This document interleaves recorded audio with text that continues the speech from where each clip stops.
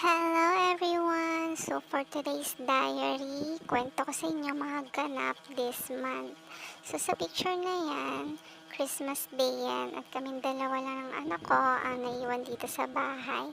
Kasi si husband nagbakasyon sa kanyang province, sa kanyang hometown.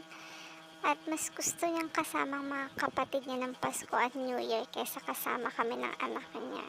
Kasi nga, naboboring siguro siya nakasama kaming dalawa ng Pasko at New Year.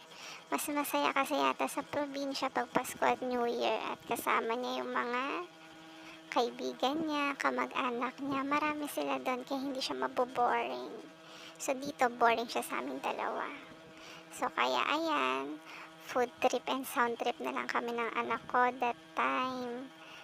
At nag-order na lang ako ng all-time favorite pizza ko and my baby.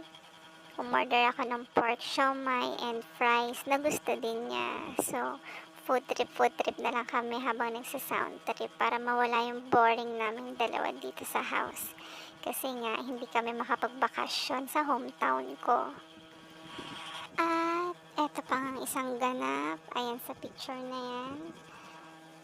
Tumawag siya sa akin ng Friday night. And then, ayan, nainis ang lola mo kasi nga, ayaw niya ipakita sa video call yung surroundings niya, yung kwarto niya, yung kabuuan ng kwarto niya. Mukha lang niya pinapakita niya habang nakahiga siya. Tapos yung kwarto niya, ayaw niyang ipakita sa camera yung kabuuan ng kwarto. Ewan ko kung anong itinatago doon at kung sinong katabi. Siyempre, mapapaisip ka, diba? Kung ano yung katabi niya doon at ayaw niya ipakita yung buong kwarto niya. Diba, napakabait na asawa talaga. Oh, dyan sa picture naman na yan. Saturday ng madaling araw, may parang narinig ako sa kisame namin na nagpupukpok. I don't know if it is cat, mouse, rat, or may tao, may magnanakaw na doon, di ba? So medyo stress ako niyan at hindi ako nakatulog hanggat nawala na yung naririnig kong tumutunog doon sa kisame na parang pukpok.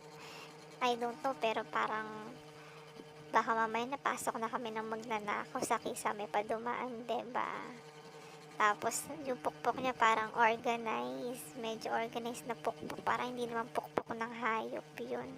Parang tao. Kaya medyo napapraning ang lola mo that night. Madaling araw pa naman yan. So, ayan. Medyo stress yung gabi na yan dahil hindi agad ako nakatulog. Nakikiramdam.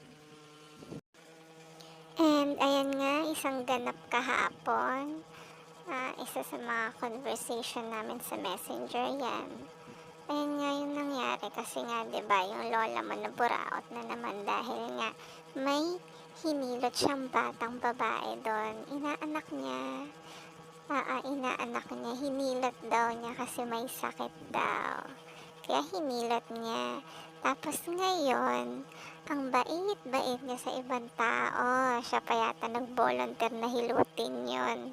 Tapos yung sarili niyang asawa, hindi niya mahilot-hilot. No, hindi siya nagbo-volunteer na hilutin talaga ako kapag may body pain ako. Palalalain pa niya yung body pain ko. Sa kanya ako hihilutin. Tapos pag hinilot pa niya ako, ramdam ko pa nagalit siya at napilitan. No? Yun yung tipong mapapaiyak ka at mapapasigaw sa sakit ng paghihilot niya. Madiin maghilot. Halatang napilitan talaga. Pero doon siguro, volunteer talaga siya na hilutin yung inaanak niyang may sakit.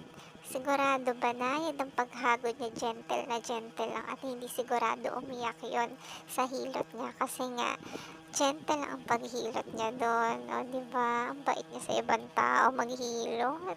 Volunteer pa siya maghilot doon. Tapos, ngayon, ang lola mo naiinis dahil sa ganyang pangyayari. Parang parang mas mahal pa niya yung inaanak niya kaysa sa asawa niya. Ganon, ramdam mo yung pagmamahal niya doon sa inaanak niya kaysa sa asawa niya. ganyan lang naman mafi-feel mo. Kasi nga parang mas nagpunta yata yun sa probinsya nila para maglandi, eh. Siguro na ano yan, nasarapan dun sa paghagod-hagod sa katawan ng batang nagdadalaga na. Kasi nagdadalaga na yun, eh. Oh, 'di ba? Nasarapan yan sa paghagod-hagod dun ng mga ng katawan ng bata. Kaya siguro gustong-gustong pumunta sa probinsya para ma-experience ang ganyang kalandian. So, yan na lang muna sa ngayon, no? Kasi nagiging bitter ng lola nyo. Ay, nako. Siguro ko hiwalayan na lang ang kulang sa amin. Yun na lang kulang, hiwalayan eh. Para perfect na yung pagkaka-move on. Ewan ko ba, ba't hanggang ngayon hindi pa kami naghihiwalay niya? Lagi nilang pinipigilan yung pakikipaghiwalay ko sa kanya. Kumukontra palagi. Eh, kapag hindi naman siya kumontra at naghiwalay kami, marami na siyang mahaplos na katawan ako sino-sinong batang babae, di ba? Kahit sinong batang babae, pwede na niyang hilot-hilutin, haplos-haplusin. O, di ba? At ayaw pa kasi makapaghiwalay. O, sige na, at ako'y mag-i-sleep na at madaling araw na. Okay, bye!